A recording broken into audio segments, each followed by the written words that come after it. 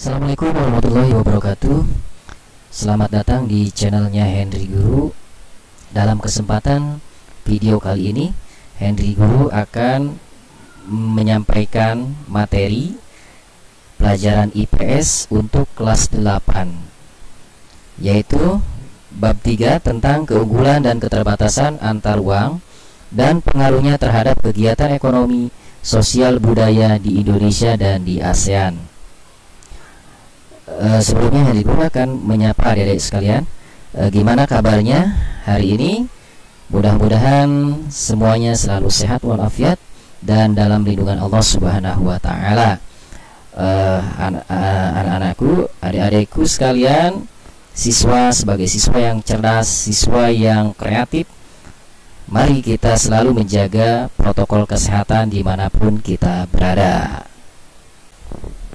Baik, sebelum ke materi, Henry Guru mohon dukungannya supaya channel ini terus maju dan berkembang dengan cara like, komen, dan subscribe.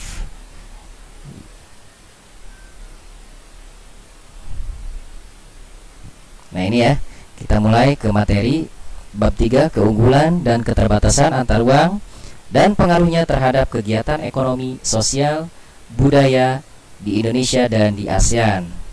Nah, sebelum menuju ke materi ini, terlebih dahulu Henry Guru akan menyampaikan tujuan pembelajarannya, yaitu setelah mempelajari uraian materi pada bab ini, kalian diharapkan mampu menjelaskan keunggulan dan keterbatasan antar uang serta peran pelaku ekonomi dalam suatu perekonomian. Nah, di sini Henry Guru akan membatasi materinya, jadi tidak semua materi bab 3 ini disampaikan. Jadi yang disampaikan nanti hanya satu sub bab saja, yaitu keunggulan dan keterbatasan antar uang dalam permintaan, penawaran, dan teknologi. Baik, ini adalah peta konsep dari bab 3.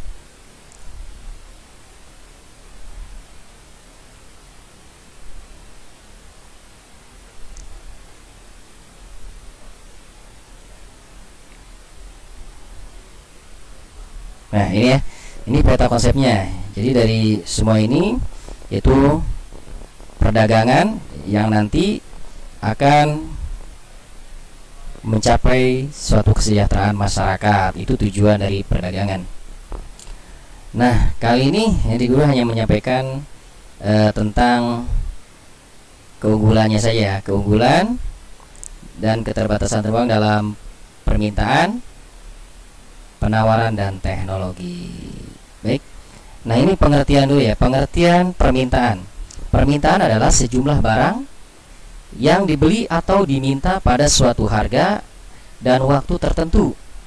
Permintaan berkaitan dengan keinginan konsumen akan suatu barang dan jasa yang ingin dipenuhi. Ini adalah pengertian permintaan. Penawaran dalam ilmu ekonomi adalah banyaknya barang atau jasa yang tersedia dan dapat ditawarkan oleh produsen kepada konsumen pada setiap tingkat harga selama periode waktu tertentu. Kemudian teknologi adalah keseluruhan sarana untuk menyediakan barang-barang yang diperlukan bagi kelangsungan dan kenyamanan hidup manusia. Nah untuk kali ini Henry Guru hanya menyampaikan pengertiannya saja ya, penawaran dan permintaan.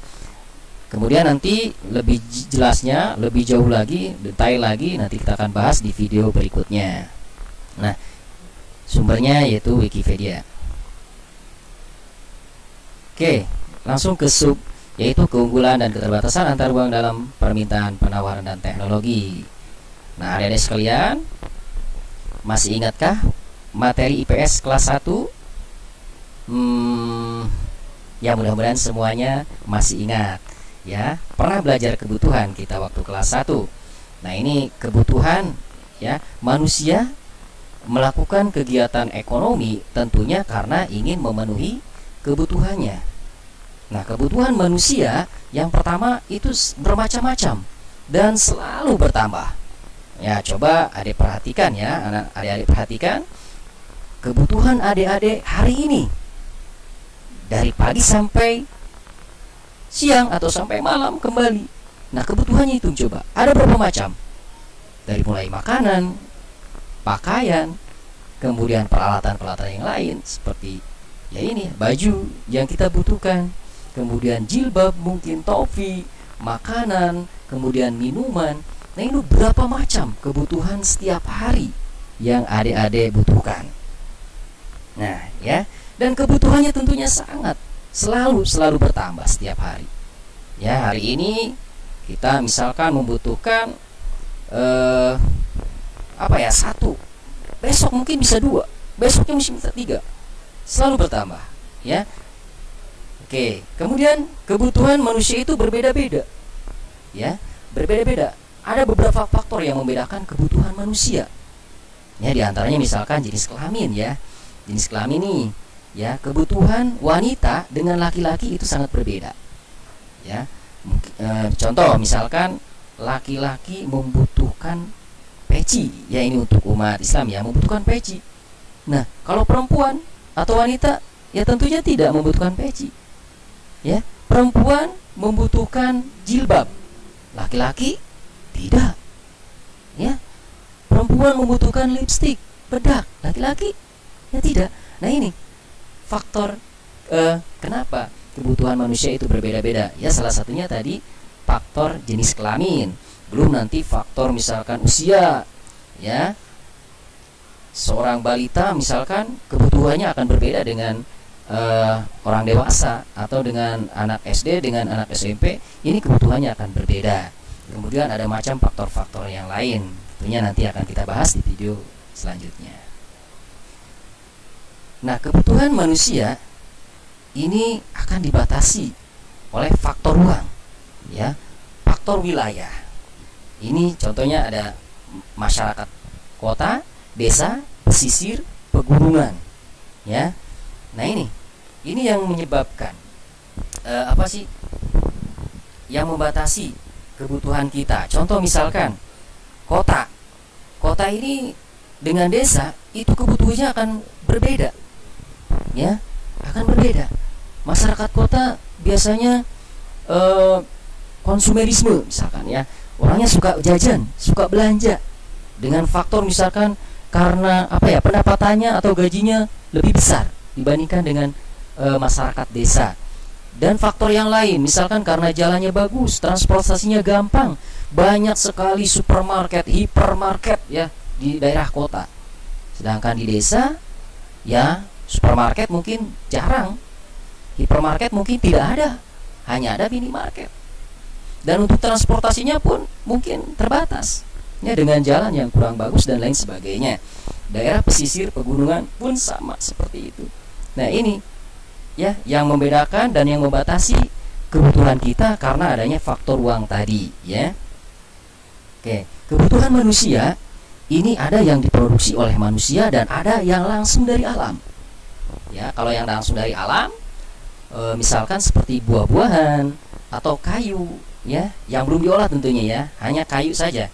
Nah, sedangkan yang dari manusia ini sudah melalui kegiatan produksi. Apa sih produksi itu? Produksi adalah kegiatan untuk menghasilkan barang dan jasa. Contoh barang, apa contoh barang? Misalkan kursi, ya, pulpen, handphone. Nah, itu semua diproduksi oleh manusia. Dan jasa, ya, seperti jasa mengantar, ya, sekarang kan banyak sekali orang berbelanja secara online. Nah, itu ada jasa untuk mengantarkannya, ya, atau ojek, atau jasa warnet dan lain sebagainya, itu jasa, ya. Jadi produksi adalah kegiatan untuk menghasilkan barang dan jasa, dan ini biasanya dilakukan oleh produsen. Apa sih produsen? Nah, nanti kita simak di video lanjutannya, ya, nggak di sini. Oke, baik. Nah, alasan adanya interaksi antar ruang adalah karena ada dua faktor. Yang pertama, perbedaan potensi setiap ruang, dan yang kedua adalah sumber daya alam yang dimiliki oleh setiap wilayah atau ruang, ya. Oke, kita bahas satu-satu. Yang pertama adalah perbedaan potensi. Perbedaan potensi ini akan menimbulkan interaksi antar ruang. Contoh misalkan masyarakat pegunungan dengan masyarakat laut atau pesisir, ini akan memiliki kebutuhan yang berbeda karena potensi alamnya yang berbeda. Ya, contoh misalkan di pegunungan. Pegunungan itu kan potensinya sayur-sayuran misalkan ya, buah-buahan, kayu, tempat wisata dan lain sebagainya yang ada di pegunungan.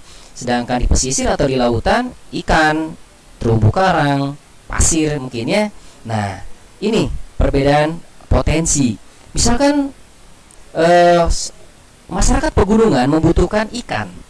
Masyarakat pegunungan membutuhkan ikan, membutuhkan terumbu karang, garam.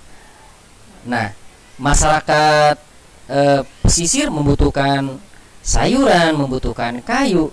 Nah, ini tentunya di daerahnya kan tidak ada. Maka akan terjadilah interaksi antar ruang untuk memenuhi kebutuhan mereka masing-masing, yang disebut dengan perdagangan. Nah, nanti akan muncullah perdagangan, di mana nanti akan muncul pasar, ya, baik itu pasar online maupun pasar langsung nanti, ya, yang ada bentuk fisiknya. Oke ya. Nah, disitulah terjadi interaksi antar ruang karena perbedaan potensi wilayah masing-masing. Kemudian yang kedua adalah sumber daya alam yang dimiliki. Tentunya setiap wilayah atau ruang memiliki sumber daya alam yang berbeda-beda. Nah, satu contoh misalkan di Lampung ya. Di Lampung ini misalkan sumber daya alamnya, misalkan ada kopi ya.